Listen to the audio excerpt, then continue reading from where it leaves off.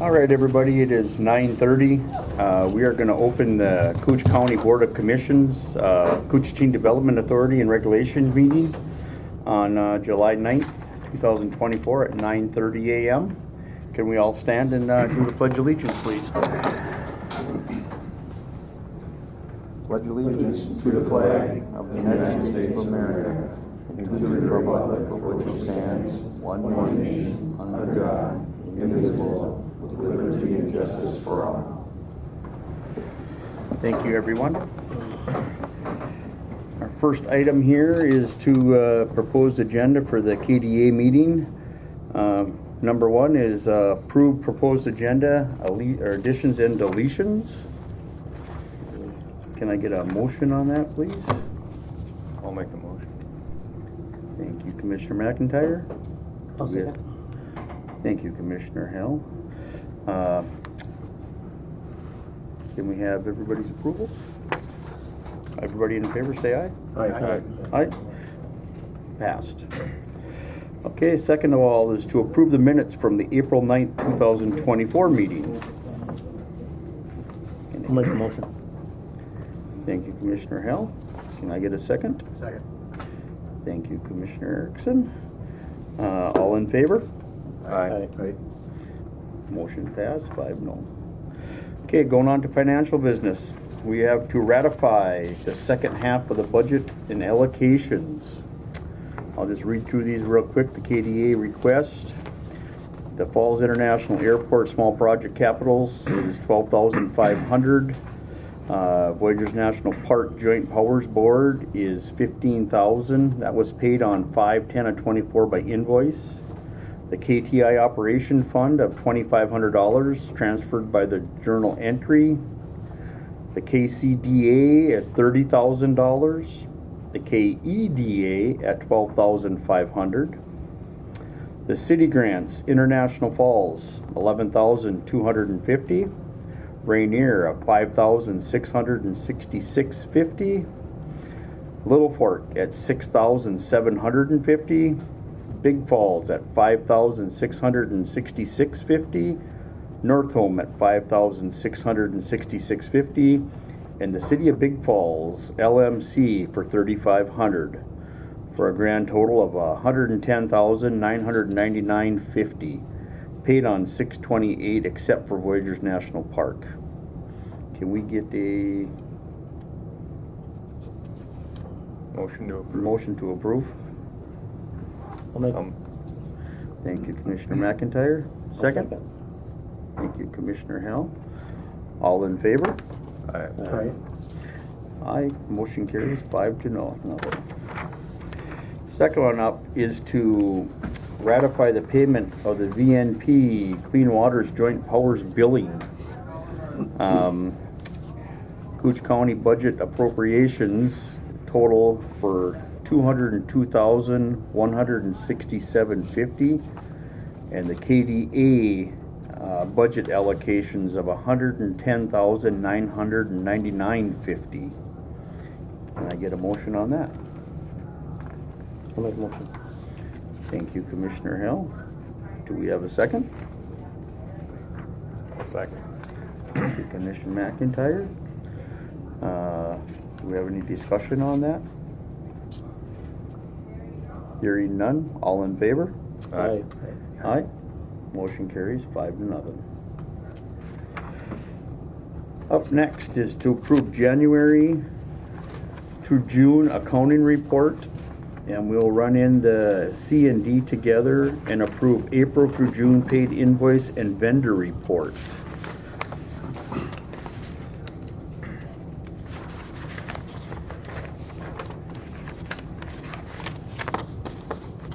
Can we get a motion on that, please? I'd move the reports. Thank you, Commissioner Schoblem. I'll second. Thank you, Commissioner Hill. Any questions on the reports?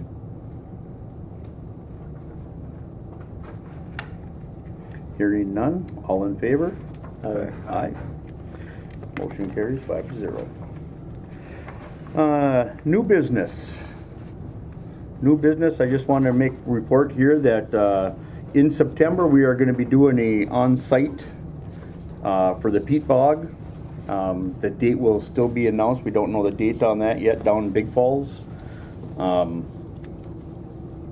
the site visit down there for the peat bog moss project that's going on. And they did get their permit renewed. And there's more to be announced on that for the new business. Anybody with old business?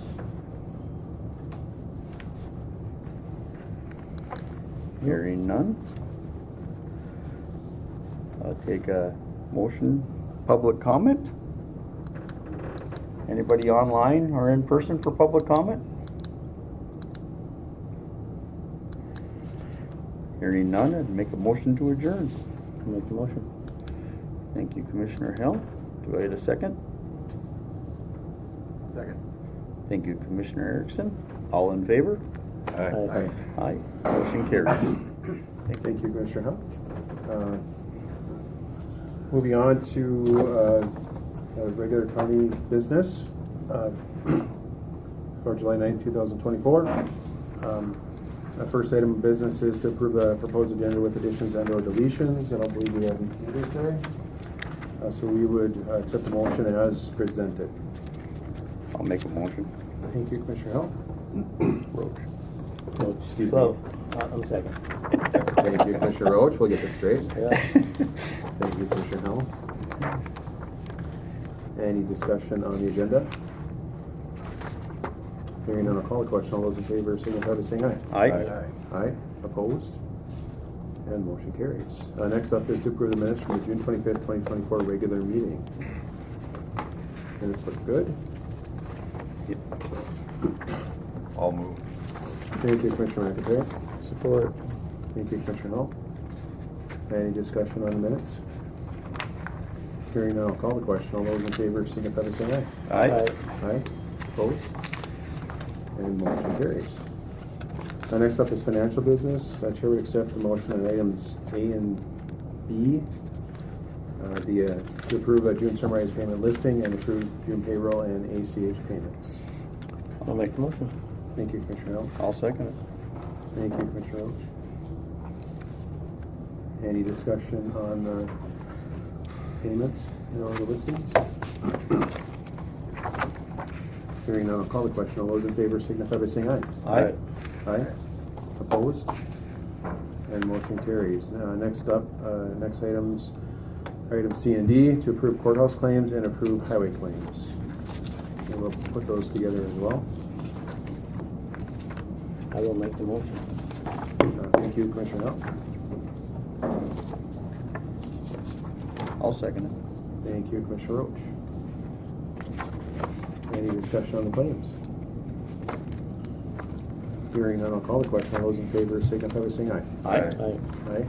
Opposed? And motion carries. Next up is to honor the 2024 Koochiching County Farm family. And this is Albert and Kayla Hasbargen and family.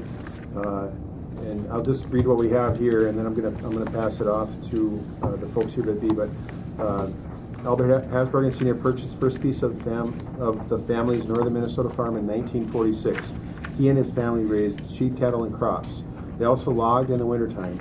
The Hasbargens raised wheat, oats, barley, flax, and sunflowers. Early on, the family started out with milk cows, but later switched to beef cows. Albert's grandson, Albert III, and his wife Kayla took over the cattle operation in 2012. The couple has expanded the cattle herd to 180 cows. The Hasbargen family also is home to 9 horses, along with a few pigs and chickens. Albert and Kayla own about 1,200 acres. They grow roughly 650 acres of soybeans, oats, sunflowers, and barley. They also raise about 440 acres of alfalfa and hay mix. The Hasbargens are full-time farmers. Kayla is the CEO, Chief Equipment Operator. Albert and Kayla have 4 very energetic kids, Lillian and Ava, Ginger, and Jace. All the children are animal lovers. Lillian helps drive the tractor. Ava drives the side-by-side. And Ginger and Jace are valuable rock pickers. That's a great job, rock picking. Albert serves on the Lake of the Woods, Koochiching County FSA board. He is also the vice chair of the Border Evangelical Free Church Board. and congratulations to both of you and your families. Yes. Thank you for being Congratulations. a big part of Koochiching County. This is it is quite an honor that that you're doing what you do, and I know it's not easy, but it sure is fulfilling, and we all appreciate that here and in the future too. And it looks like you have a nice crew to help you there, to carry this on too. That's what it takes, and from this generation to the next, and you're carrying that and passing that on. That's great. So I really appreciate that. But I'm gonna let Commissioner Erickson speak a couple things. He may know you guys a little bit. He might have some stories, perhaps. So I'm gonna let him take over here for right now. Well, I think the committee has done a terrific job selecting this family. I mean, they've had they and their family deep roots in west of Koochiching County. This is the model farm family for today. And when I was growing up, and when my parents were growing up, there was usually 6 or 8 of us in a family, but now there's 4, and it's considered a big family now. But they're modern, they're progressive, and exactly what the county needs. The only story that I will say, and it's kind of a sad one on my part, I raised cattle too. And back when Albie was courting, he used to need a reason to go to Bemidji because Kayla grew up west of Bemidji, of course, so I got my cattle hauled for free on a certain weekend. He needed a reason to go see Kayla. But I guess I can live with the consequences because we've got a very progressive, and Albie and Kayla both are, teaching Sunday school, involved with the church, involved with youth hockey and things like that, so it's fantastic. I mean, this is what we need in the county, and I'm really proud to have them as neighbors. Very good. Yes, thank you.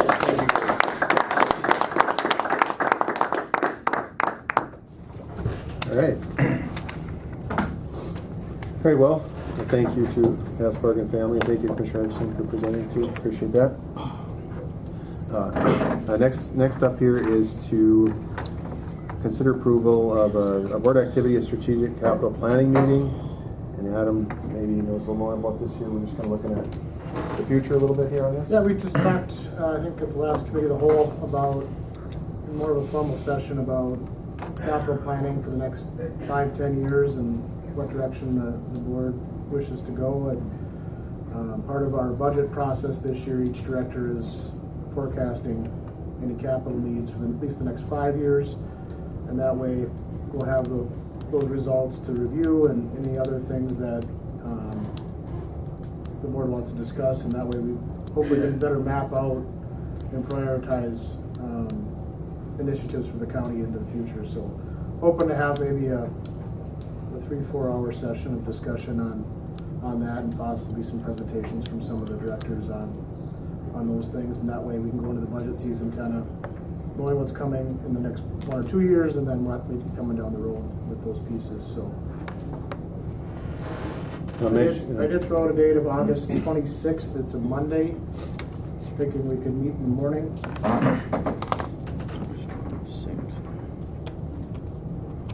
It's a non-board week.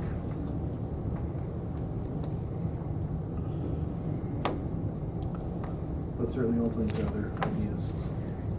A little earlier in the day. I was thinking like 8:30, 9 o'clock start, something like that. How does that look for everyone? Looks good. Yeah, I think so. Be good. Okay. All right, so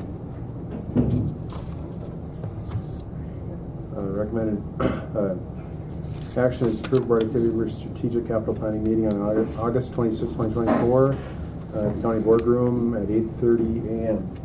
If that works for everyone. And we would look for a motion with that, please. I'll make the motion.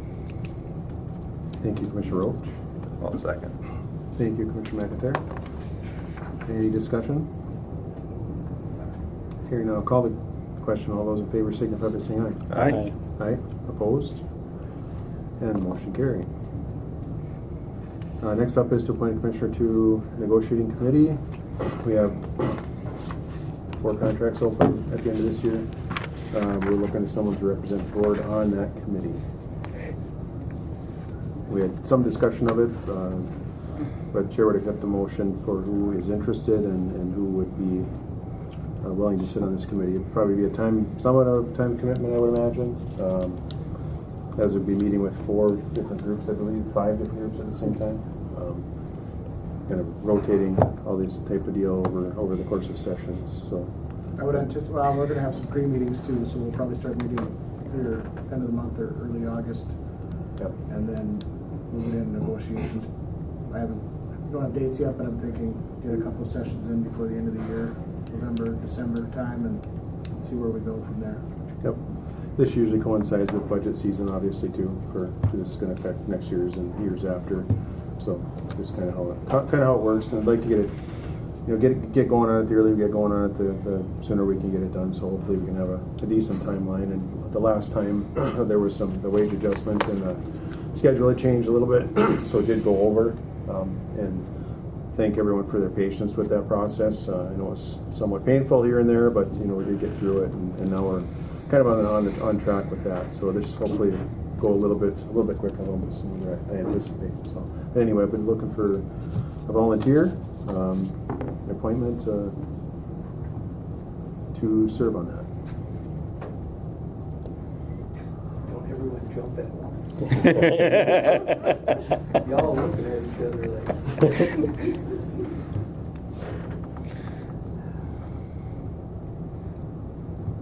You're probably a good negotiator. Well, I think everybody here is probably pretty good at it. Looking at y'all, so I think any one of us that wants to put the time in would be fine with me. I don't trust anybody to do it. So honestly, I feel comfortable with any one of you. So or any one of whoever. So I have faith.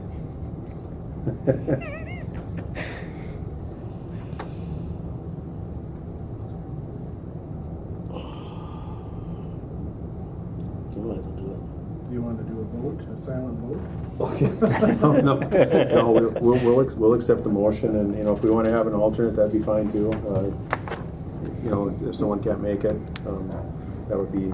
But it's going to be, like I say, it's going to be a little bit of a commitment and some pre-meetings. We'll be informed in closed session of what's going on, and kind of the plan is normally how we proceed is we'll go through and kind of get the idea hashed out of what's going to happen, and then we'll have a closed session and explain everything to everyone here, and then they'll just kind of move forward in the direction. And if we want updates, we can always have a closed session to get updates if we need or wish to, or if there's some decisions that have to be made within the negotiating committee, then it can always come back to this group here as well. So we'll still be abreast of what's going on and be informed with what's happening. So do I have a motion? I'd like to be the alternate if I can. Here we have one start. Roach, probably. Commissioner Roach and Commissioner McIntyre. That sound okay? Sure. All right. All right. Any discussion? And when do you anticipate on start now? Fire night, you said around October, November-ish? Officially, yeah, probably I need to talk to our labor attorney and our unions on scheduling. I'll probably start looking at scheduling in August, September-ish for last quarter of the year. Get some dates set up. But we'll start meeting internally probably here in the next month. Sounds good. All right. Any other discussion? All right, hearing none, I'll call the question. Commissioner Roach is appointed to the negotiating committee and alternate of Commissioner McIntyre. If there's no other discussion, I'll call the question. All those in favor signify by saying aye. Aye. Aye. Opposed? And motion carries. Mr. Chair? Yes. Who made the motion and seconded that? That was Commissioner Helm and Commissioner McIntyre. Thank you.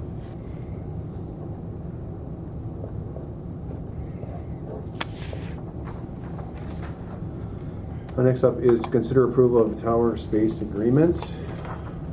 And this went into a little more extensive review. A few meetings back here, we kind of had this presented before us here. We didn't have a lot of information. I didn't have a lot of history on it, and I think we have some more history here now. moving forward. And what we're looking at here now is a couple of different things. There's the tower space agreement is for 1 year, beginning. It's good for 1 year, August 1st, 2024 through July 31st, 2025. The other consideration is to approve landlord's waiver and consent agreement. That's just to remove their equipment.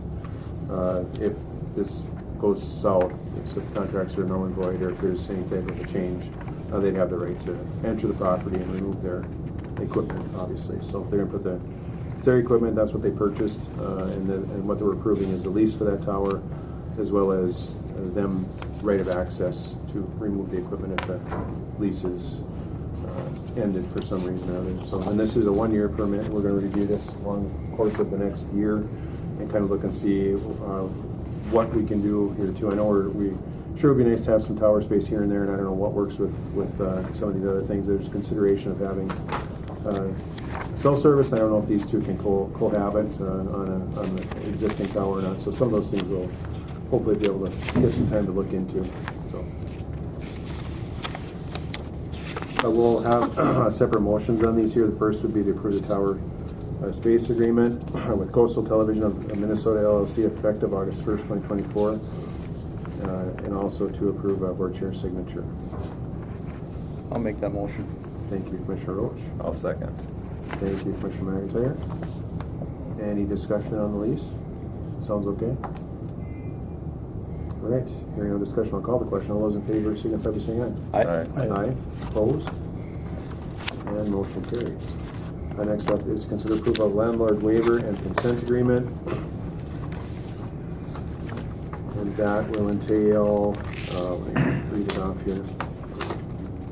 Get to it.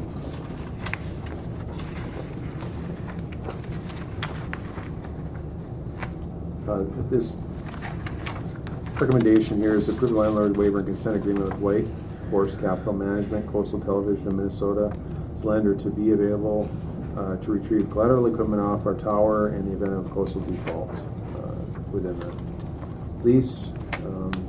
Further above explains landlord waiver and consent, and this has been approved by the attorney, I believe. Yeah, when you read the agreement, it's a little confusing, but basically Coastal put out the equipment as collateral with White Horse as a capital, and so White Horse wants assurances that if Coastal defaults, they can come in and retrieve the equipment, and so they need our approval to be able to enter in and take the equipment if Coastal doesn't fulfill their debt service. Part of the acquisition from KDA. Thank you.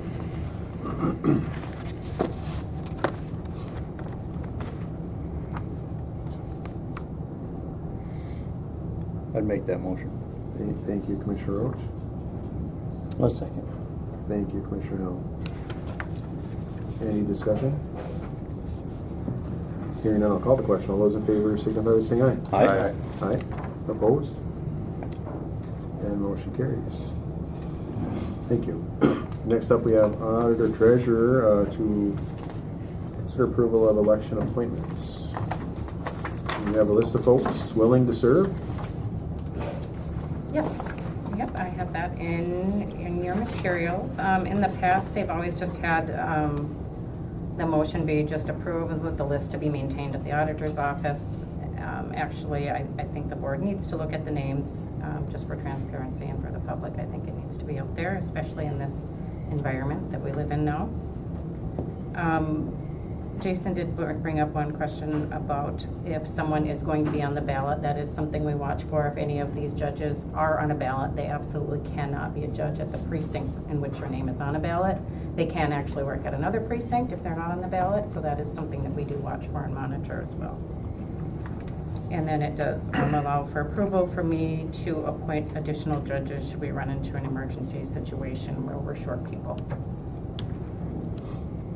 And a part of this here would be the designees to the canvassing as well? Yes. Okay. And that's something the county has always traditionally done, is had the statute says 2 commissioners, but our county has always chosen to have the commissioners appointed designee. Okay. Sounds good. And they're all willing participants, so we appreciate them all volunteering to do this. You know, it's tough sometimes to get enough people to do it, but Very tough. glad to see that we have a good list of folks here and spares to go along too. So, wishes of the board. I'll make the motion. Thank you, Commissioner Roach. I'll second. Thank you, Commissioner Erickson. Any discussion? Hearing none, I'll call the question. All those in favor signify by saying aye. Aye. Aye, opposed? And motion carries. Thank you, gentlemen. Thank you. Thank you. See you guys. Have a great day. Thanks, Roger, for coming. Thank you. Oh, Dean, how you doing? You're up. We have some, consider improvement of the PSA with ICS for the roof. Another discussion we've had at committee of the whole here in the past of the forest land HHS roof, and I know Dean's been working on it. And we've talked about it several times here, a few times here at least, and kind of looking to finalize that direction, it looks like. Maybe. Yeah, we're looking at a substantial amount of funds here to do this, and wanted to make sure that we've talked about it in the past, but make sure everybody's on board with it. And if there are any other questions or concerns that anybody might have. At our last meeting, I know the number was knocked around at about $360,000 to do this. And we're at the point now to where if we do move ahead with it, this would be the good time to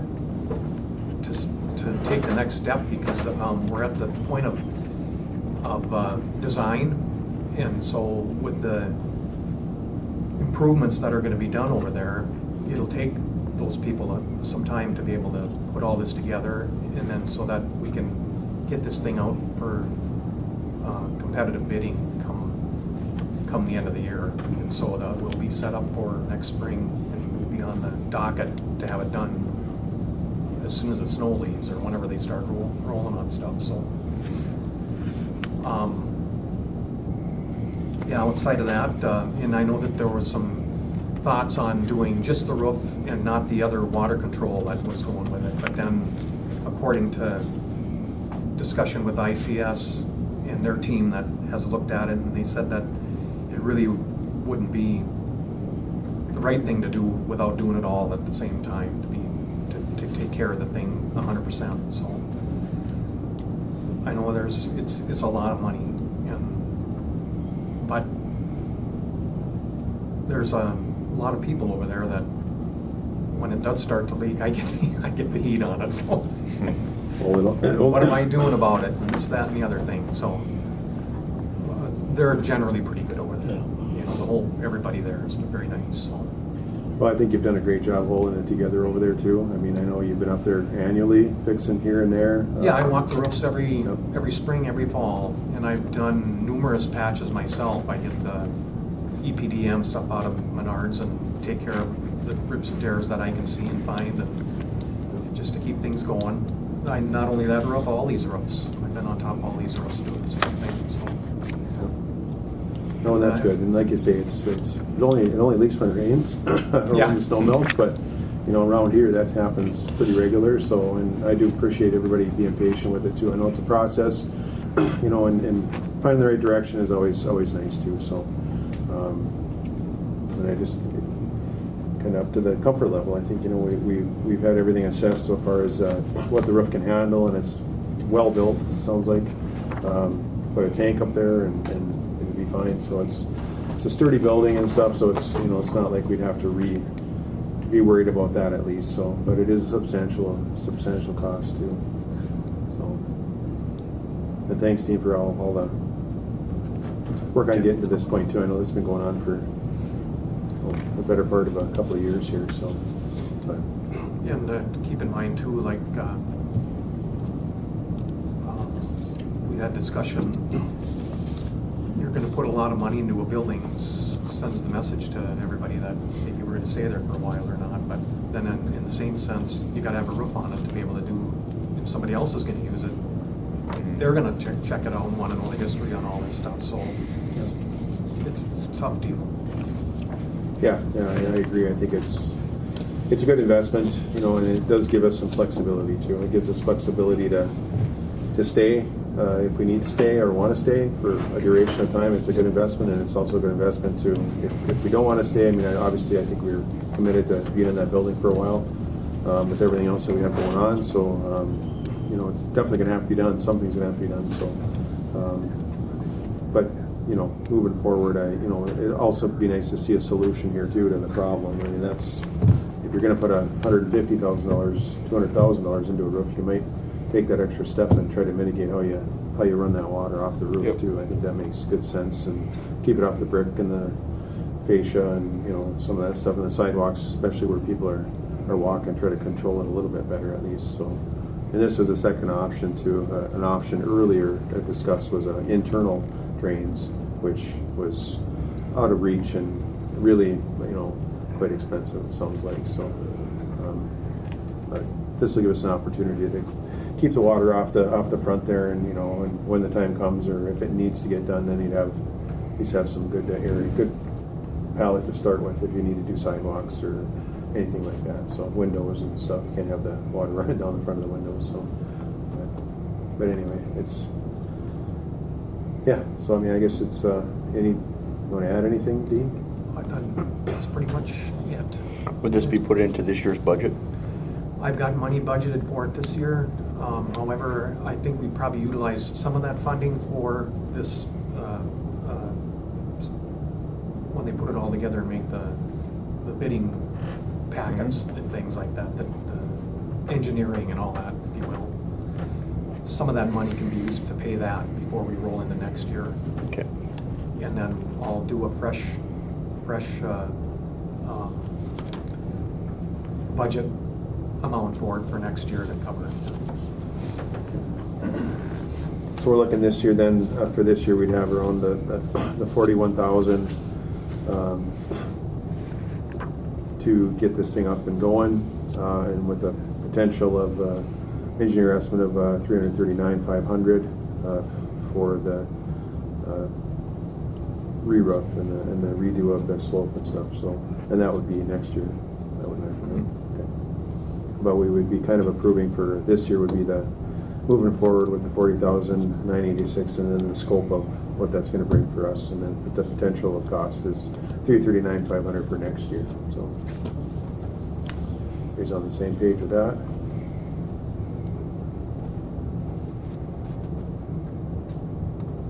Administrator, you have anything?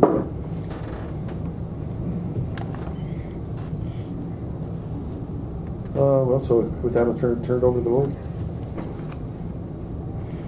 Building's no good without a roof. I make a motion. Thank you, Commissioner Roach. I'll second. Thank you, Commissioner McIntyre. Any discussion? Questions? All right. Great. Hearing no discussion. Anything else to add, Dean? No, yeah. Okay. Hearing no other discussion, I'll call the question. All those in favor signify by saying aye. Aye. Aye. Opposed? And motion carries. Thank you. All right. Get her Thank going. you. All right. Thank you, Dean. Hi, Sheriff. Hey, good to see you again. Good to see you. A little bit cooler now, though. I don't mind. A little more comfortable. It's gonna be melty out there today. I think Yeah. sweltering is gonna get warm. And you're looking for a few tough books with Snow Garden from Snow Garden? Yeah, I apologize too. I just realized I did not send out the quotes when I sent out the RBA. So we're looking to purchase 3 tough books utilizing our Stone Garden grant. And I got 3 quotes back. They're all within, I think, $500 of each other. The one I'm recommending to go with actually is it's not the lowest. The lowest is $10,876.35. The one from Baycom that I'm recommending is $11,070. I believe it's a difference of $193.65. I'm making that recommendation based upon our experience with Baycom. That is where we have gotten other tough books, and I've had to send 3 back, and it hasn't been an issue. We get a no-fault warranty. I contact them. They send me a box. I send it back. We get a brand new one or a fixed one. So Based upon the experience, user experience with Baycom, I'm recommending that we go with it's not the lowest, but it is only $193 higher. So I believe that's acceptable, but And that was $11,070, you said? $11,070. Okay. And the lowest one was actually from Southern Computer Warehouse, and that was $10,876.35. I believe my math might be correct. Great. Is that, on this, one that says 11 or 7? Yeah, 11,070. That was the Baycom one, and I thought I had attached all three quotes that you guys could compare. Did I write it wrong? I don't know, I don't have a clue what you're.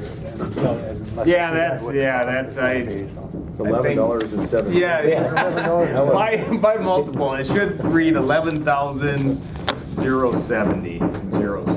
No cents. I apologize. 11,000? Yeah, 11,000. Yeah, For 3 of them. 3 of them. Yeah. These are mobile. Yeah, these are what go in the computers, or in the squads, I'm sorry. So when we got our squads, so now once we get all of our, we're delivering 1 squad today, I think we need 2 more, and then all of our deputies will have their own take-home squads. These tough books will outfit those squads, so we just got creative with our Stone Garden money, and they allowed us to purchase the tough books with it, so. Yeah, that is actually grant funding that's going to take care of this too, so. And I don't see an issue at all, and you're comfortable with this other company? Yeah, and this is the recommendation I would go with, just based upon my experience with Baycom. They're really easy to work with. Whenever we had an issue, it's been no problem. They answer when I call, and they take care of me. So. That helps a lot. I mean, that means a lot today too. So. Wishes of the board. I'll make the motion. Thank you, Commissioner Hill. I'll second it. Thank you, Commissioner Hill. You say we're all picked up? We're all Yeah. pretty much. We got, so we're getting 1 today, and then we have 2 more that are being built. And then we should be good to go. Get outfitted and all that. good, yeah. Okay. These tough books will finish that build. So, knock on wood. Which, I've just asked that the guys don't hit any deers for like a few months, just to give us a little bit of fun. Well, they're all in town eating flowers. So. Yeah, tell them to stay out in the county, they don't have no problem, because they're all in the city limits. I don't know if this is the place to have this discussion, but, you know, I was at Northland last week, of course, and you know the concern. Yeah. So maybe we need to have that discussion about how to get an officer down there. And one of the suggestions, and I know we've had this before, maybe this isn't the time to have that discussion, but, you know, they cover Itasca, they cover Beltrami, they cover Cooch. Maybe all 3 counties need to get together and put an officer there. They've had incidents down there that the response is not acceptable for them, you know, but you have them wherever, I'm sure, but I get their concern. Absolutely, yeah. I mean, it's a valid ongoing concern, and it exists. Unfortunately, down south or west, it just, it's. Have we had discussions with Beltrami and Itasca? I mean, because I'm not aware of any formal discussions and I don't know how that would work. Like, if you probably a larger discussion, but how 3 separate government entities could fund one, and then how that person would cover, say, 3 different areas. Where we run into it in our counties, we can't dictate where they live. So we can't mandate that we can say you will work this area, but we can't dictate that that's where they live, and spend their off time. So that's a little bit more the issue there. Yeah, I mean, and we've had that discussion, and I guess the thought is and I don't want this to sound the wrong way. No, absolutely I don't not. want to hear why it can't happen. I want to hear how it can be done. Yeah, I agree 100%, and I mean, you know, and that's where you just have to, deal with your knowns and say, okay, what can we do as an employer, what mandates can we have, and then within that, and then it's like, okay, how do you make it more attractive that someone wants to live down there? Yeah, and then you would think that if it's a full-time position, it would be more attractive, you know, and you'd be split the cost 2 or 3 Yeah. ways, basically. You know, the north end of Itasca has the same issue that south end of Koochiching does. And Beltrami is pretty close. But,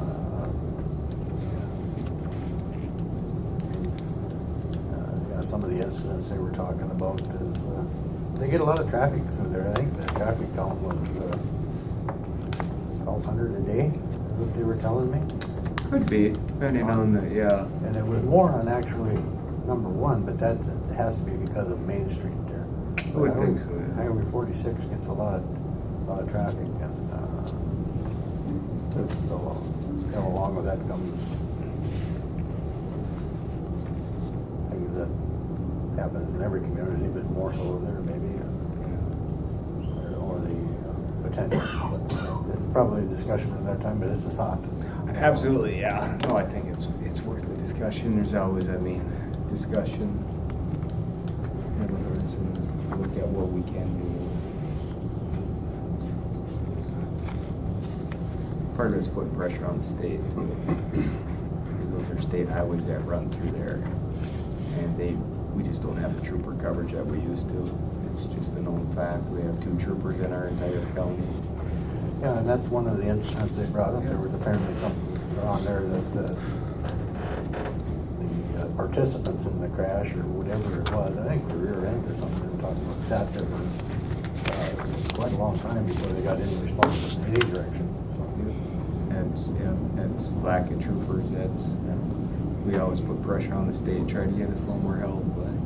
But And then they talked about, you know, we see the incidents of schools and things like that, you know, they don't have the coverage. Yeah, they have a school, it's true, very true. That's kind of They have 2 schools within, what, 20 miles. And probably 3 within 35 miles. I don't know, I just think it's worth exploring. One of the fellows down there brought up the idea that if you don't ask the question, you don't ever find out, right? So, yeah, and it might even just be something simple as, talking with fellow commissioners from Itasca and Beltrami and just see, is there common problems and is there a solution to it that, can be shared? I would assume that it would be what you call a joint powers, and somebody is the fiscal agent, right? So, Maybe the state would help too, being that they don't have troopers down in that area. That's We're not gonna asking the happen. question. You don't think so? We're scrubby that here. I've been an advocate of just give us the money that they would normally give the troopers, and we'll hire our own. Yep. Yeah. Provide coverage, 'cause they don't seem to like to be up here, so. It's one solution. Yeah, I think it's worth a larger discussion. I mean, that's always been, in my mind, the separation. A trooper belongs on the highway. A sheriff or a deputy doesn't belong on the highway stopping cars. Mhm. That's just, you can pick me apart because I've been stopped by a deputy. But, that's just my thought. Not recently, though. Well, maybe we can look into that and have some further discussions too with some of those commissioners, and we have some boards that we all kind of sit on, so maybe if you all can mention on the certain boards from my task, and I don't know if we have one on the ambulance from Beltrami, that we might be able to get a little bit of insight from them perhaps too, so we can maybe look into that here in the next, maybe at the next couple of meetings that we think about it. Maybe try to mention it to your fellow counterparts and see what they think too. I know St. Louis patrols their county if they can't dictate where they live. I mean, that's the biggest county in the state. And if they can't say you have to live out there, we just have a posting and we all live in Duluth. How are they doing that? So we have, right now, we have one St. Louis County deputy that lives in our county. Counties historically would, I'll just say entities, cities, counties, for years, like take-home squads. If you don't live in the city, you can't take it home. That's changed. If you don't live in the county, you can't take it home. Now it's like, well, if you live within 20 miles of the county line, or so we have one of our St. Louis County deputies. He just lives on Van Linen, right? So and then he covers. But I can tell you that there's a lot of times a call comes out in CAP because it happens routinely, violent domestic or something. We're the first ones there. St. Louis, they're the, it'll be an hour. Send someone out to Hibbing. So it's not just Cooch that's dealing with these issues. It's every Everywhere. county. Like, how do you possibly have the people in the right place at the right time, based upon call volume, and really trying to meet the demands of the citizens who live in there, that they want to see their law enforcement. They want them there. Kind of goes all the way from North Home, Big Fort, 6, Silverdale, Yeah, that whole big it's a huge range. You'd have to, and then 24 cover. I mean, you might have someone down there living there, but not two for 24 coverage, 24/7. In a way, in our staffing model, so right now, we have 24/7 coverage, 2 guys, and not gonna lie, our heat map is up here, right? And that heat map includes bringing inmates to doctor's appointments, court security, rescues up the lake. It's all these, you have all these demands and you try to be in the right place at the right time. And I think that was one of the questions that was posed, is there a regular schedule for a deputy down there? And if there is, they want to know it, I don't know. Yeah, so the short answer is yes, because we have a South 2-2 car that comes on, but they're covering everything essentially like south of Little Fork. So it's, Big area. and that, it really is that trying to flex it to okay, say this weekend's a good example. We got the Little Fork Fair, so it's all good. We need more presence around Little Fork during this time, so let's flex that. And then when we have the county fair down in North Home, it's like, okay, we need more presence, let's flex that, now we have this going on. I'm not gonna lie, it's a struggle. I guess my thought to him was that, we hired, went from part-time to full-time here the first year with the idea that 2 of them were dedicated to, providing coverage from Little Fork, McFalls, and down there, and I don't know if they're not seeing them or what, but you're absolutely right, I understand that, but I'm just relaying their concern. Absolutely. How do you know where to be when, Yeah. And it's hard, and I think, so for years, you had John DeMuth, who chose to live down there. So he was a resident of North Home. On his off time, he was down there. John Maston lived in Big Falls, he lived and breathed Big Falls, so that's where he lived. So on his off time, residents have a problem, hey, I'm gonna go talk to John, he's on his tractor, right? So that's kind of historically what we've had.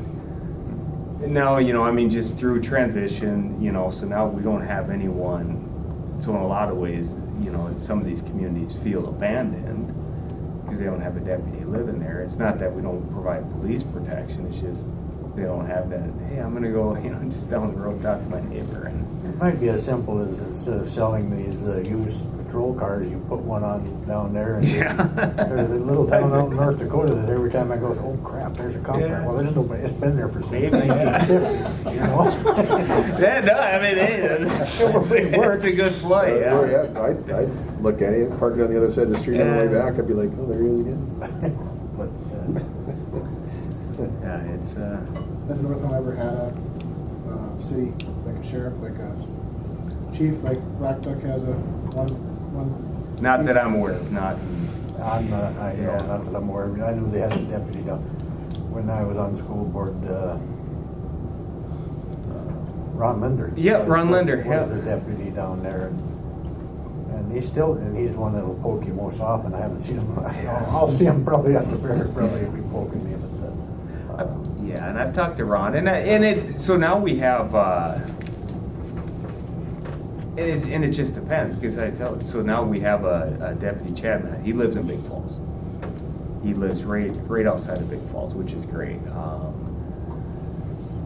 Keith moved down to Little Fork. Jimmy lives down in Little Fork. I don't know that we have anyone else that lives in Little Fork. It's kind of, these people move all over, and we don't have any way, we can't tell them, no, you have to buy a house here, you have to do that. If a community made it attractive enough, you might get someone, I don't know if that's something a community can do. but we can assign. Yeah, you can't. You don't tell them where they live, but you can assign. You can assign, yep. Your station. Yep. This is where you work. All right. Food for thought. Well, sounds like we can have more discussion on that. And, again, and look and see what the other counties are doing, what their feelings are and sentiments, and, I know we'll get something figured out. I know it's nice to move forward if we can, too, so. Yep. But concerns are heard for sure, and it's a consideration too. There are lots of people living in that area, in that general area, along with, like you say, a couple schools, and that's a definitely a consideration. So good point. Where were we? We had a motion. We just- We have. Thank you, Commissioner Erickson, for that. We have a motion from Commissioner Allen, seconded by Commissioner Roach, to approve purchase of 3 Tough Books using Stone Garden funds in the amount of $11,070 from Baycom. Is there any further discussion on that? Hearing none, I'll call the question. All those in favor signify by saying aye. Aye. Aye. Opposed? And motion carries. All right. Thank you. Have a good. Thanks. You too. Thank you.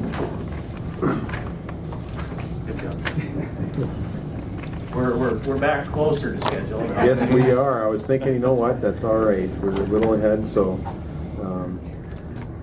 We're welcome. gonna have the Trent. discussions, right? Yes. For sure. So we've got Brian from MnDOT here and Beverly from the ARDC to talk about what's happening up in Koochiching County or in District 1 in the area, and then also maybe get into the Northeast Minnesota Area Transportation Partnership a little bit. There is a video to watch too. I don't know if Beverly can share her screen or not, but and I don't know the sequence of how the presentation is going to go. But, Sure. Yeah, I don't know if you have it pulled up or not. The video's not that important, but I did send a link along. So if you do get an opportunity to watch it, it's just a quick, brief overview of some of the statistics and the stats that we have for MnDOT in our region. Thank you for having me today. I'm going to talk to you briefly about our Area Transportation Partnership, our program this summer, and then what we got coming up over the next 4, maybe 5, 6 years in our program. So I'm going to start off real quickly by talking, and I'm sorry, Beverly is on, she's with ARDC, and she's going to talk a little bit about the Transportation Alternatives Program once we get to that point. So, hi Beverly. So I'm going to start off with the ATP handout here. It does give some of those statistics and facts for our district. Realistically, our Area Transportation Partnership gets together quarterly. It's a group of transportation professionals throughout the region, including elected officials, all the county engineers in our region. We serve the 8 northeast counties of Minnesota. Koochiching is a little bit unique in the fact that it is split down the middle between 2 construction boundaries, meaning that the western portion of Itasca County is administered, the projects are administered out of our Bemidji office, District 2, and eastern portion is in District 1. However, our ATP funds all the projects in the county here. So that's a little brief overview of the partnership. The second page there is, like I mentioned, just who sits on the partnership.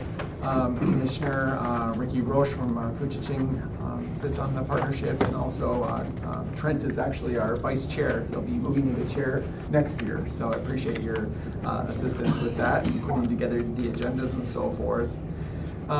And you can see kind of a list of all the multimodal positions that we have on our board. There's about 35 individuals that get together quarterly, and they do have about $12.9 million that they administer through the program. So it is a main role of them to both provide guidance into MnDOT's policies and planning, and also to distribute that $12.9 million.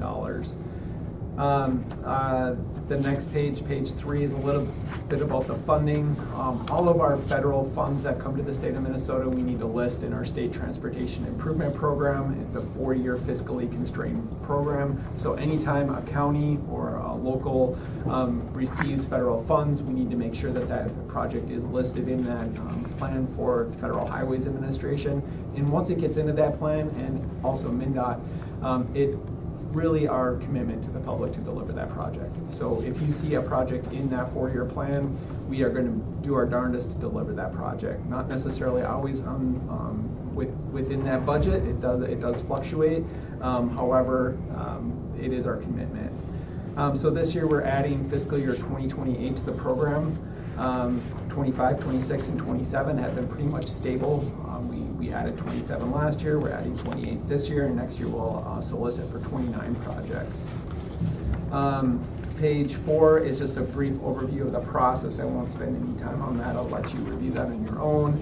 But the page 5 there is a little bit about the amount of funding that we have to work with for 2028. The middle column is MnDOT's funding. We have approximately $78 million to work with to program. 44 million in state and 44 million in federal, 34 million in state. And then on the right-hand column there is the 12.9 million that the Area Transportation Partnership does program. And I'm going to kind of work up from that in the fact that the Protect funds are resilience funds. These are funds that are programmed for bigger culverts, higher roadways, and so forth to deal with more water, for example. Carbon reduction funds for about $800,000 are any project transportation related that removes carbon from the atmosphere, such as electric vehicles or electric charging stations, roundabouts, those type of projects, trails. The Transportation Alternatives Program, which Beverly will talk about when I'm done, it's really our trails program. It's pretty well funded at about $1.6 million. And then we have our safety program of about $2.3 million, which leaves about $6 million for roads and bridges for our counties to equitably take their turn, and about $1.8 million for the Duluth area for their portion of the funding. So that's a brief overview of the funds that come toward our Area Transportation Partnership. Is there any questions so far before I transfer into the second handout in there, which is our construction program for this summer? And on the second page, you'll note that in the middle of the page there, obviously we do have that roundabout, which is under construction up here on 53 and County Road 332. Hopefully it will be done by October timeframe, fingers crossed. September 15th. All right. Is the date. All right, good deal. And then another project that is not listed in this handout, but we just received the funding for it. And I'll show it to you on the map here in a minute, but it is the slide area on Trunk Highway 11. We did receive federal funds, federal grant funds to deal with that, and that should be let here at the end of July, that project. And it will go on throughout the summer. There will be no detour associated with that. That would be a horrendous detour, but there'll be flaggers and so forth out there at certain times. And then one other project I just want to note, if you're traveling to Duluth, you'll run into it on 53 in the Virginia area. That'll be a nice resurfacing project, pretty much from the north junction of 169 where it turns off to Ely on 53 south through the city of Virginia. So that expressway will be repaved, resurfaced. So those are the projects that impact Koochiching County more or less this summer. And then getting into 25 through 28 here, I do have a map of some of the projects coming up. The second project on there is that slide area. We originally had that next summer, but we were able to get the funds a little bit sooner, so we are going to do it this summer. It's about a $3.2 million fix for that slide area. Next summer, we will also be putting a microsurface on Trunk Highway 71 from Trunk Highway 72 to the in the Black Duck area, then north through Koochiching County up through Big Falls. And then the last project on the list is urban reconstruct in the city of North Home in 2028. It's a smaller urban reconstruct, about 2.9 million. However, then jumping into 2029 on Trunk Highway 46, there are no shoulders on 46 south of North Home. So in 29, we do have a project in our planning process right now that we're scoping out to widen out those shoulders south of there. So as we work our way south on 46 with new pavement, we'll be putting wider shoulders on 46. So those are a few projects. And then also in 29, I also wanted to mention that Trunk Highway 11 here in International Falls, from about County Road 332 on the western portion to 6th Avenue West in International Falls. We do have for urban reconstruct as well in 29, so that's being scoped out currently. Right now we have a $7 million placeholder, and we know that that is not enough to do that work. However, it hasn't come into our official 4-year plan. It will come in next year. So those are kind of some of the projects that we're scoping and looking for over the next 4 years, and here to answer any questions anybody might have on what we have coming up. Highway 11 West, and I talked to district manager there. Needs shouldering. This is from the slide area, or all the way actually from Trunk 11 or 71 all the way to the county line. And they shouldered last year, but they stopped when they got to the county line. And I was wondering why that was, why they didn't keep coming, because you can see the edges breaking off. Sure.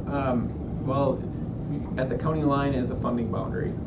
So, one District 2, ATP 2 would handle everything up to Koochiching County, and then ATP 1 will handle all of Koochiching County. So, The maintenance comes out of 2.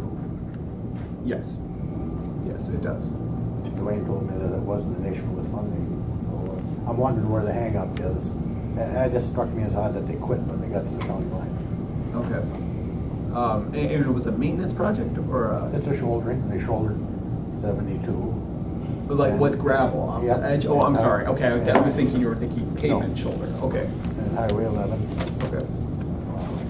east from 72. Okay. Until they got to the county, Koochiching County line, and they quit. Okay. I'll make an inquiry on that, why that happened. It might have been simple, I just thought it was kind of odd, and the road does need shouldering, because it drops off Yeah. 4 inches in some spots. And, the state just put a lot of money into making that a 10-ton road, so maybe maintenance would be a good thing. Okay, I will follow up on that. Yeah, I think our roads are actually in pretty good shape up here from a MnDOT standpoint. There's a couple bridges. The bridge out on 71, just before you get to Little Fork. I believe is that programmed? That's in our 10-year program. In 10-year, okay. And then also over Second Creek on 11 East. Is that one in the 10-year as well? I know that we have resurfacing of all of Trunk Highway 11 east of International Falls in the 10-year program, so I'm sure that bridge will fall in that resurfacing. Okay. Just a quick question. Has there been any discussion? We're kind of having ongoing discussions with some of the planning on the Highway 11 East corridor, particularly from 2nd Avenue going east to approximately probably County 155. That the diversity is going to change out there. There's going to be the hospital is planning a project there for a new hospital, clinic, etc. Some housing perhaps. Obviously the custom is is gonna be rerouted in that area as well. Has that been a part of anything that you've seen in the, that's actually gonna happen here in the next couple of years, I think with an end date of 28 or 29 on the construction. Yep. And of course, then I don't know what the hospital's timeline is, but they're gonna be kind of coinciding, it sounds like, with their construction. I just wanna know if there's anything in the hopper. You know, we're concerned here, I think, about the traffic flow out there and how that's gonna change dramatically. It's a 50-mile-an-hour zone right now. You know, and how do you slow the traffic and, you know, accommodate some of the bridge traffic as well as the industrial traffic, logging trucks, things like this here, along with just the regular folks traveling through there too. So we want to kind of have some concerns on that. So, Sure. And that will all be taken a look at when we get into scoping. Okay. And I know we have been in communication with the border, the new border cross, or border facility and so forth. So, Okay. And also with GSA as far as a potential new bridge in the future. Right. So. Right. Okay. Yeah, I know that's some of the concerns, local concerns, obviously, of what's going on there. That's kind of one of our biggest concerns here too. Sure. Minus the rumble strips out on Highway 53, because that's a concern. Right Rumble now, too, strips and so. lights. And lights, yeah. You can almost put I don't know what, like a drop arm or something there. I think, you know, because people are so used to ripping through there, and there's never been anything there. So it's quite a change out there. But. In the development portion of it, that's something that we are not always aware of until it happens. So it is great to learn about that. So if there is development in any state highway, feel free to shoot me an email. We're always looking for that information. We don't always hear about it. I had about 15 telephone calls on 24 and 50 or 53, so I contacted Trent, which in return got a hold of you guys there because I live on 24. So I pull up there and I stop and I sit and wait to make sure the vehicle coming is stopping before I'll take off, because there's people flying through there at 55, 60 mile an hour and people are stopping and going. I'm like, oh boy, this is going to be bad. Yeah. But so far we're lucky. We haven't had any crashes there yet. So they're referencing the detour, sure, that I'm sure you Yep. came up Yep. there. So yeah, some of the, but we appreciate the list too. I know there's lots of stuff going on. You know, that 11 East or 11 West end of town, that's going to be quite a project there too. And you know, the 53 project was awesome, went really well, looks really good. So I mean, that's certainly appreciate all the planning and stuff that went into that. So Sure. you see people planning for about 8 or 9 years and stuff like this, and you're like, oh, when's it going to happen? When's it going to happen? And then it happens, and here it's gone, and obviously that happens all over the state too. So it's nice to see what's coming out too. So. So 11 West, are you guys moving the road further south on that there? On the curb? On that, where it keeps washing out? Yeah, away from the river. What is it? It must be 100 feet at max point. So when we figured out why it keeps washing the road out there, can we put hammer pylons down there or something to stop the current from washing that road out in that area? Best method is move the road over. Let the river do what it's gonna do. Yeah, but It's probably we might be layers. doing it again in 15 more years again, doing the same thing, keep moving it over if it keeps washing out. It's true. At one time, was that was going to be internally funded? Was that right? At one time, there was Correct. federal funding just kind of came through here just recently. Yep. Okay. There was the Protect funding, which is the resilience funding. Okay. Seeing the river cause that issue with more water and so forth, we were able to obtain those funds Okay, very good. in the federal government. And before I forget, so MnDOT does contract with ARDC to facilitate our ATP process and to facilitate solicitations for our Transportation Alternatives Program. So Beverly was just going to talk a minute or two about the TA program and what ARDC is working on. Hello, can you hear me all right? Yep. Yeah. Yeah, okay. So I'm Beverly, I'm a principal planner with ARDC. And as Brian mentioned, we're contracted to facilitate the TA solicitations and ATP meetings. And so Transportation Alternatives Program, or TA as it's commonly referred to, is competitive funding for local communities and agencies to fund pedestrians, bicycle facilities, historical preservations, and safe routes to school. Brian mentioned it's typically in our region been utilized for trail projects, but there has been safe routes to school projects that have also gone through in the last 4 years. To mention, this is a we're a 4-year out type of program where their solicitation would be starting this fall, and then grant recipients are announced in April, and the funding is for projects looking at 2029. So the eligible entities for these funds are MnDOT determined state aid cities. If there's applicants that are not considered state aid city or county, they will need a state aid city or county to be their project sponsor. And ARDC are available to help with any technical assistance and education to entities looking to apply. And so, like I said, solicitation will be starting in October, where there's be a letter of intent period, and then looking at these applicants in the winter time to spring.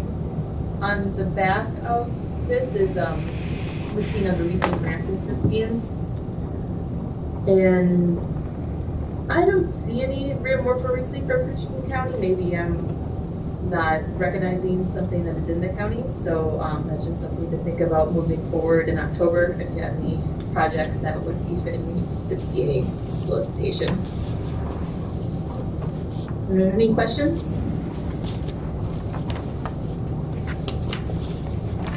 Anybody? Thanks. Thank you, Beverly.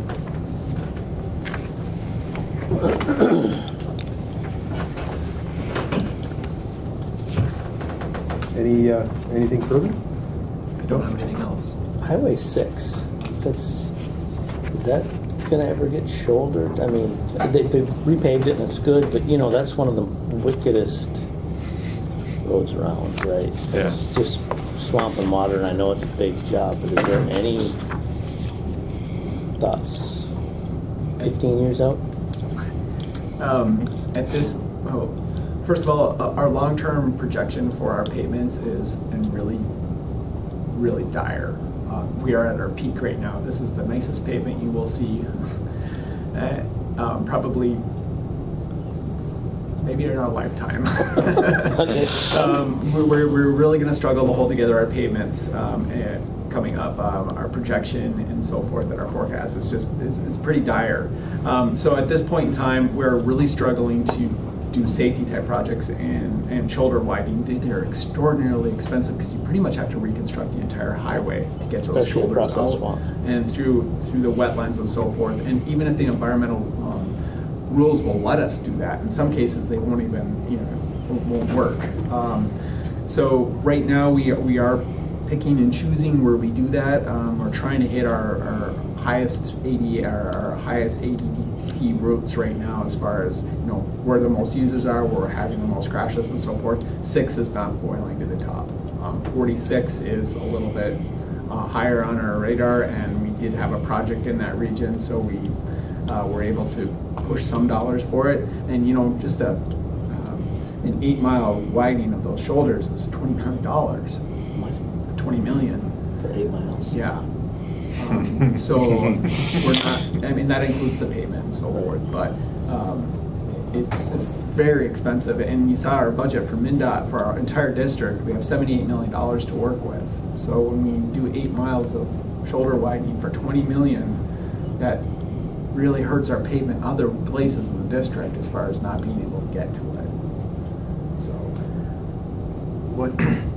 What leads you to the conclusion that we're at the peak? Is it funding or projected funding or?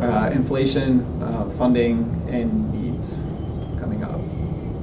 We had in the around 2015, we had a really large influx of funds, the ARA funds, and the state of Minnesota provided a lot of funds just to bring the economy up and pump money into it.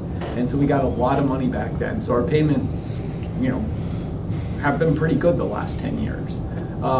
Moving forward, that revenue is not going nearly as far as it should be going because of inflation. Gas tax dollars increasing, going down, the electric vehicles, should know the answer to this question, but is there a weightage tax or something on an electric vehicle? Or Well, it's kind of interesting when it comes to electric vehicles, the cost of the vehicle is much higher than the normal gas vehicle. So you're paying higher tabs on that vehicle every year, and it almost offsets the cost of gasoline tax. It's pretty surprising, just because the vehicle value is so high. And at the last legislative session, they did provide MnDOT a boost in our revenue because they're going to keep the vehicles at a higher level as far as not depreciate as quickly. So the tab fees will stay higher. There'll also be additional fees and so forth. So we did get an influx of money, but it takes so long for that money to come in that it really doesn't kick in until 2029 into our program, where it really makes a dent in anything. And that will just offset a portion of the inflation we're expecting over the next 5-6 years. So. But it's a start. It is a start. It's a plan. It's a plan, and the federal government over the last couple of years has provided a ton of money through grants. It's just really, that's not getting to our payments. Those are, nice projects to do, safety projects and other projects, but they're not necessarily just resurfacing projects or fixing a bridge type project. They're usually more glamorous type project when you go after a grant.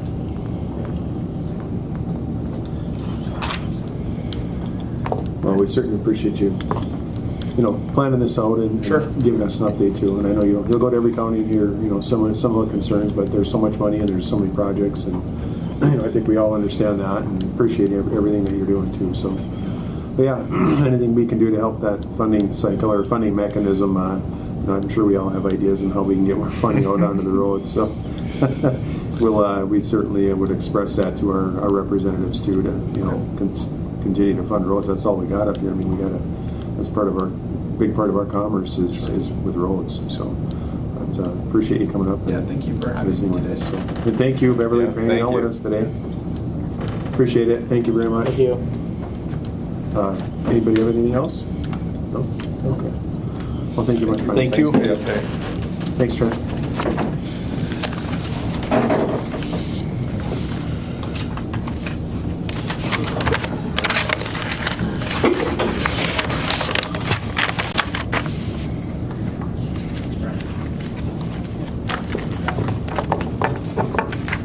All right. Yep. This time, public comment. Is there anybody in person or online for public comment?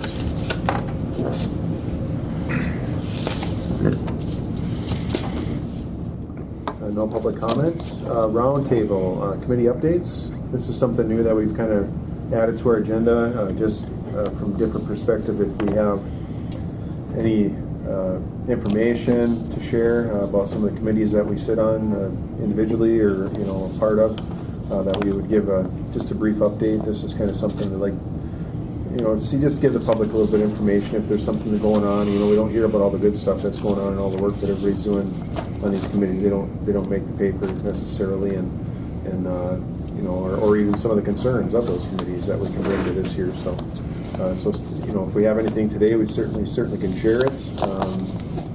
If not, we can certainly consider that. We're just having an ongoing item on our agenda. So, just kind of think about it. And, think about what you're doing on the committee and what's happening and the direction you're going. And I think everybody's got a pretty good handle on that and a direction at least, and some of the good stuff that's going on. I know Commissioner Roach sits on a committee that received some funding for some trails.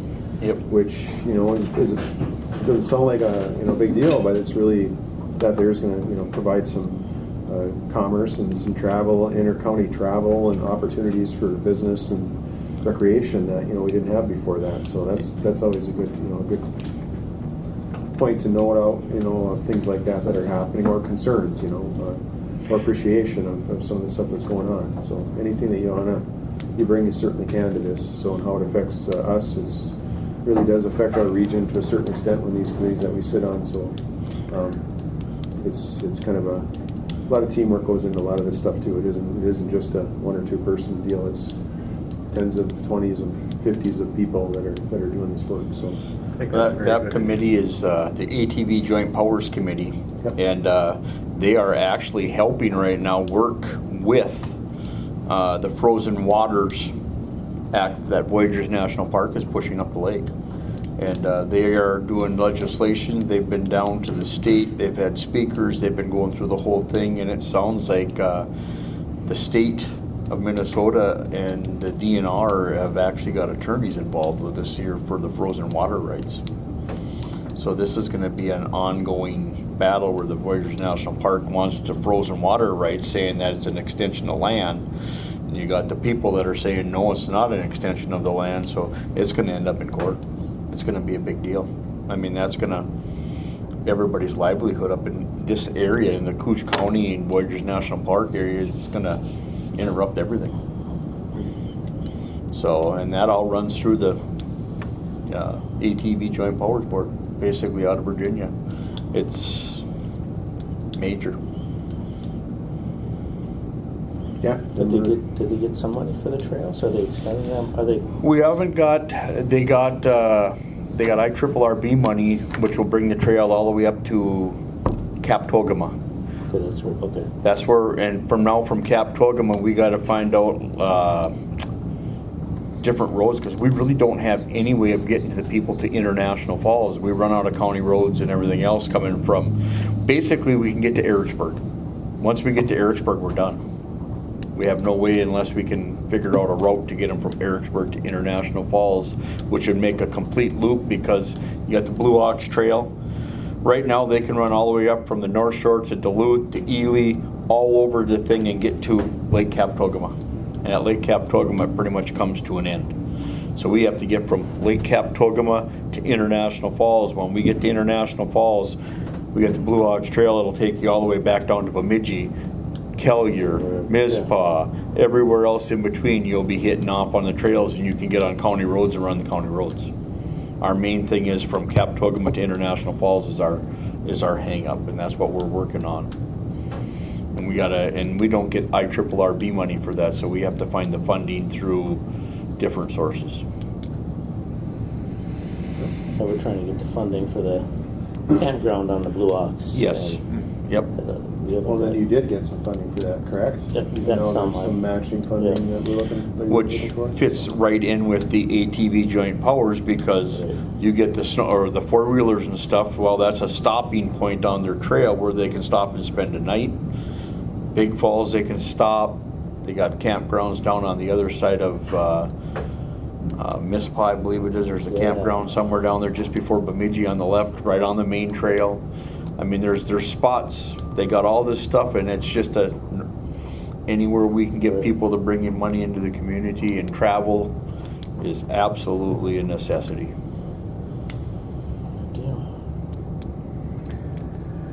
Well, you heard my concern on the committee there. I guess I brought up to the sheriff as the one committee, but the other one was soil and water. Or MPCA guy was here, and the one thing that he said that kind of caught my attention and kind of scary if you think about it for a while is the PFAS and all the stuff, the one watershed type stuff plan that they're making. There's no way to get that stuff out of the water, and MPCA kind of realizes that, and how do you put the stuff back, once it's there. But so their direction, for lack of a better term, is to regulate via permitting. And to me, in other words, that means that if you have anything that needs a permit, it's going to get just a lot tougher.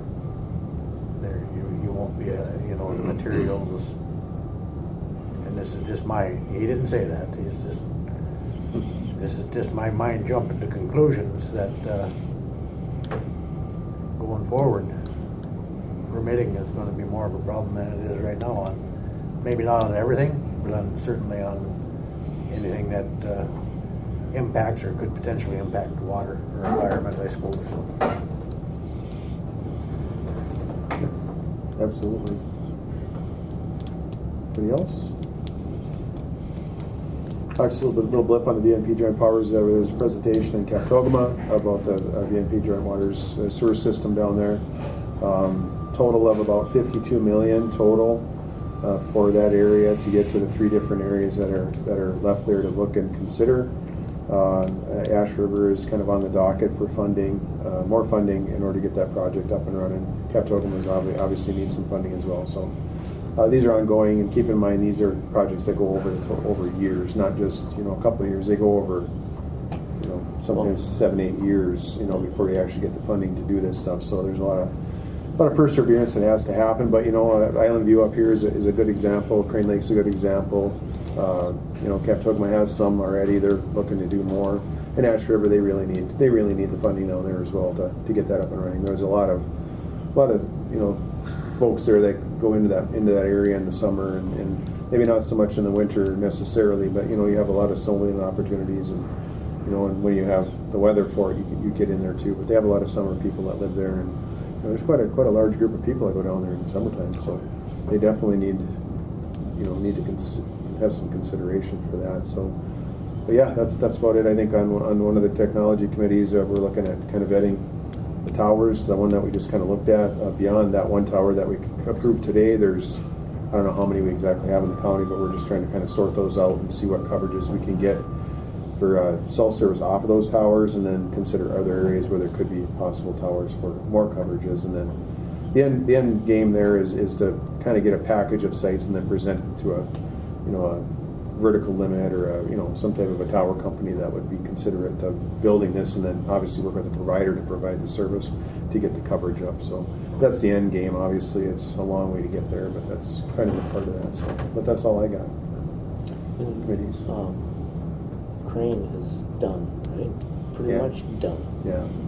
Yep. They're online and rocking and rolling, and they're adding. I think they're adding onto their system where they've planned to, different hookups and stuff. So, yeah, I think they're up and running. And as Mr. Scott would say, he's always looking for money. If we have any extra, we can always throw money towards that. So, but they got their debt service down a bit. They've got some good funding sources through the state and the government, federal government as well. So they've had good funding there that have kept the cost reasonable. So it's all reasonability. It's all got to be affordable. You can't just do it because you want to. It has to be affordable for the people, and you have a number, and that number's got to stay that number. Otherwise, you can't afford to pay for it either. So there's lots of funding that has to happen. Well, isn't Ash River closer than getting their project going than Captogama? Well, yeah, and that's kind of the unspoken deal there is, they're on the docket to be done, when the funding they're planning, and a lot of the procurement of property easements has happened already, whereas in Captogama, this is very preliminary over there, so I should have mentioned that. But yeah, I think Ash River's a lot further along so far as project. They're just about ready. I think they're probably ready for a shovel in the ground, to be honest with you. So if they get the funding, they can move forward, and they have most everything taken care of. So that included a land swap with the DNR, and that was a process that took a couple of years, and these things take time. So once that got done, they got the land to actually have the system built, and then they designed the system and procured easements, and did all the soil testing and things like that. So they have a pretty good idea what they're going to run into, and pretty good idea of cost. And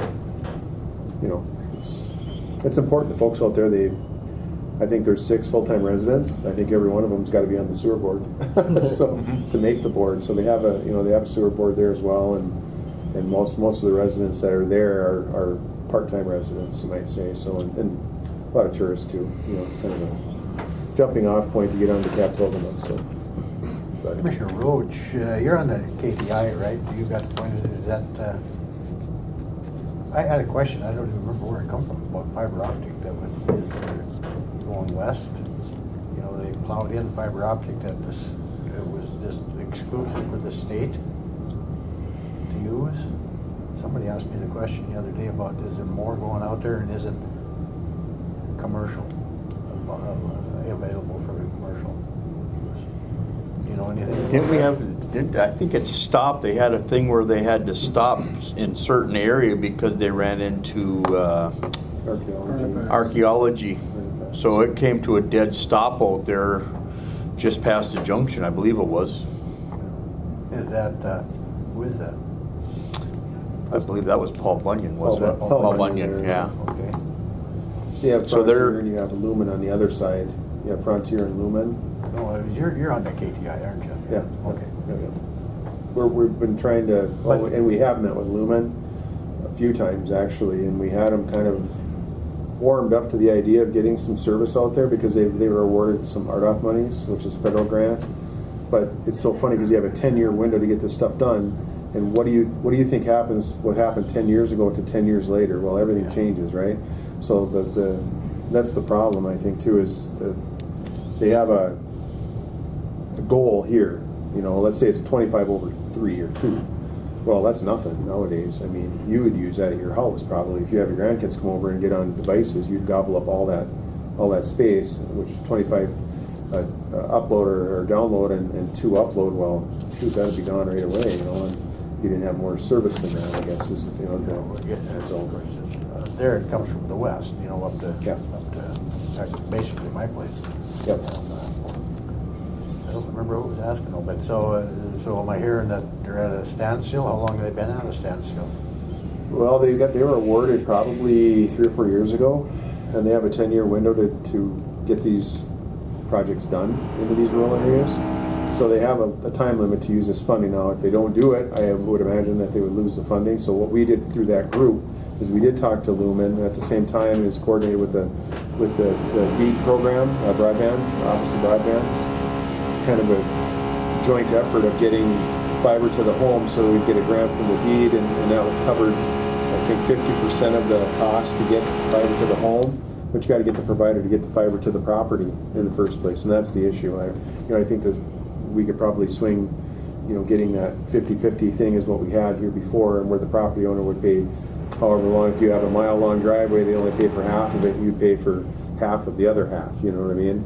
So it'd be up to $1,500 or something like that. That program was a great program because you get this stuff to your home. If you had a 2-mile driveway, you get, you know, a good portion of that covered. You know, you still have to chip in a little bit, but you know, to have that type of service out where people want to live, you know, if it's isolated, that's very good service for that area. And I know your concern is it's just the ISP companies are different. So we have 3 or 4 different ISPs, which is good for competition, but they just do business in different areas. Like say if Lumen covers, I think Lumen covers the west part of Minnesota, part of North Dakota, South Dakota, and an area over there. Well, their population base is not in that area necessarily. It's not saying they're never going to get there, but they probably pick on the larger areas first, just get the service up, and then they kind of branch out from there.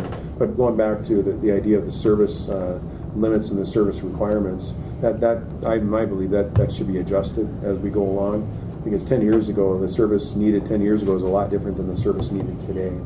You know, I mean, a lot of people use it and need it maybe more now than they did 10 years ago. So the answer then it will be commercial. I mean, anybody hooks up if once they get going. Because must be dedicated line for the state, and I've heard that before. Well, there is to the park, I believe, isn't it, to Franz Jevny? There's a dedicated. But that comes from the west, yeah. Yeah. Well. And then the school too, I think, just designated for the school. But it's not there. But it's not there. Unless it comes in this direction. Yeah, I think it does actually. And so, but that. Yeah, and I don't remember where the question come from, but somebody must have seen something that, wondering if they would, essentially, if they would be able to hook up to the fiber optic or get on, you know. Well, we're always in discussions with those companies, and we try to have meetings with them every year. Frontier's been good. We just had a presentation from them. They're doing a bunch of work in town now. Midco, same thing. They were going to finish up the lake, I think, the end of this year with that project. And then Paul Bunyan is kind of expanding on their own, like out in that area. They went beyond the grant funding area, and they expanded beyond that on their own, basically. They didn't have to do that, but then, like Ricky says, they run into artifacts, or they're concerned about artifacts, so they're not going to be along the river's edge. So that's a concern, you know, for development to that. So it doesn't sound like they're willing to do that, because it's quite an investment. It adds a lot of cost to the project. So to get across the river there, well, and there's a couple of rivers once you look at that one, you go down again. But is that a concern or is it an excuse? Well, I think it's a legitimate concern, because that can gobble up a lot of funding real quick. You know, where that funding comes from, you have. It's just the way it is. You have to do these archaeology surveys, and that costs money and it takes time, you know, so. I don't know that it's necessarily because they're actually getting federal dollars to bring funding, you know, bring service out there, so it's just the idea of when they're gonna do it. They got the money to do it, and I guess the question I can't answer for you is what happens if they don't bring the service there? I don't know. I can ask that question certainly, because it's a good one. What happens if they don't? Don't they get the funding? You know what I mean? Like, is it, I mean, to me, they're getting money to put this stuff in the ground. Let's get it done. Exactly. So, yeah, I hear you. Your question that I got was not whether it was going to get done, it was whether it's would be available, because there is dedicated, the state has dedicated lines apparently. So, that not anybody, your business, his business, anybody's business doesn't get on that.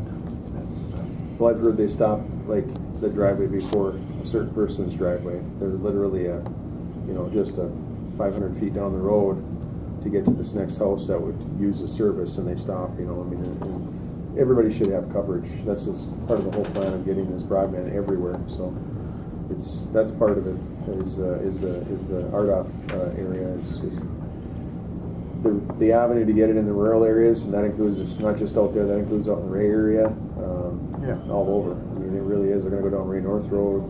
That's an area for, I don't know how many people live down there, but everybody would probably use it. I mean, I would imagine most everybody, if they lived there full time, because the other alternative is satellite. Yeah. That's your only other real alternative where you're going to get decent speed. So I know Frontier's planning on, their project's gonna take them a year to a year and a half. yeah, they're putting a lot of cable on the ground. Yeah. They're started right now, and they're just gonna start going down the Van Linn Road. Yep. But I think they they're- had to have, because I couldn't use Frontier at my shop. They came there and tried hooking up the internet at my shop through Frontier, and their building is literally a half a mile down the road. And I couldn't run a computer in my shop off Frontier. I had to bring in Midco. And they're doing fiber out there as well, I think. Yep, they're doing everything fiber optic. Yep.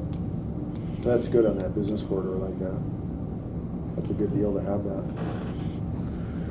So, but yeah, we can stay in touch, and I'll ask the questions, and like I say, what we did before is if we met with a Lumen, we would have the commissioner of that area come in on that meeting and voice those concerns. So we can certainly do that. I know you're out in that area, and it's been a while since we've met with them, but we can certainly invite them to a meeting, and then if you're available to be there and bring those concerns up, so put a little pressure on them. And I got all the internet I needed at my place, but I don't. I know it's spotty at best for some people. My neighbor might not have it, and of course I work from home, but it's not on a computer, and kind of important anymore, and it's going to keep getting more important, I think. So. Well, it's very important. So you can live where you want to live. Basically, if you have service, you can live where you want to live. I mean, that opens up the door for lots of stuff. Or live in the middle of nowhere, you have an opportunity to do that and still be connected too. And that's a big deal. I mean, we're going to have that. People want that variety. That's what we're going to have to do. So. Well, Paul Bunyan stopped right at Ryan Jury's driveway, if I'm not mistaken. That's because he's one of the ones that called me on it. Where was that at? Just west of the junction. Okay. Yep. And they're literally at the driveway before him, and that's when they got stopped for the artifacts. And his driveway to the next driveway is like 60 feet. Nope, you're not going there. So he's sitting there. He has no no internet service at his house, basically, because they can't get the line in there because of the artifacts and stuff like that there that they have to do all the surveying. Well, there's always Little Fork? opportunities. So. Huh? Little Fork River? Yeah, just on the other side of it. About halfway between there and Highway 1, or County Road 1. He's on the river side of the thing. Ryan Jury. County Road 9, you mean? County Road 9, yeah. Okay. Yeah, 9. I get them roads screwed up all the time. I got Starlink. Works good. I heard it's 99%. It's really good. My Frontier was really bad for 10 years at my shop. I mean, terrible. And the phone would hardly work. I'm kind of like at end of the line. Well, then when Midco come through, got a couple, 3, 4 years, you know, when they come through the last few years, everybody was jumping ship. Now my Frontier was pretty good, but I was still lose signal, kick you off, whatever, once in a while. So I got Starlink, and works for me so far. Sir, you got anything to add? Committees? Committee stuff? Everything's looking good. Might as well throw you in there too, right? I didn't know I was on the. You're walking out of the highway, so yeah. Well, you put it Well, on there. you gotta keep all of us in line, so. Yeah, I do. City of Little Forks get an ambulance come October. They're getting a new one? Yeah, when they got this state sent them money out, they ordered or got it called right away, so they got one coming in October. They got 212,000 or something like that?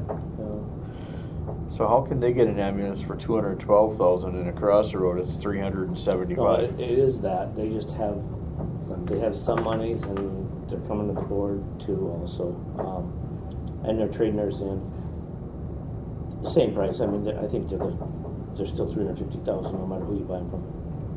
Yeah, they're spending. But I don't even think they can get one now. They're 2 years out because the city here, I think, 2 years. waited a little bit too long. And anyway, to make the order, because I think the whole state's doing that. You know, probably got that money and started ordering ambulances, and now they can't make it fast enough.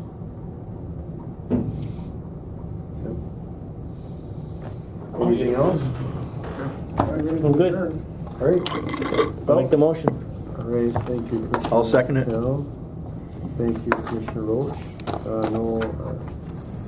Hearing no other business, I'll call the question. All those in favor of adjournment, please say aye. Aye. Aye.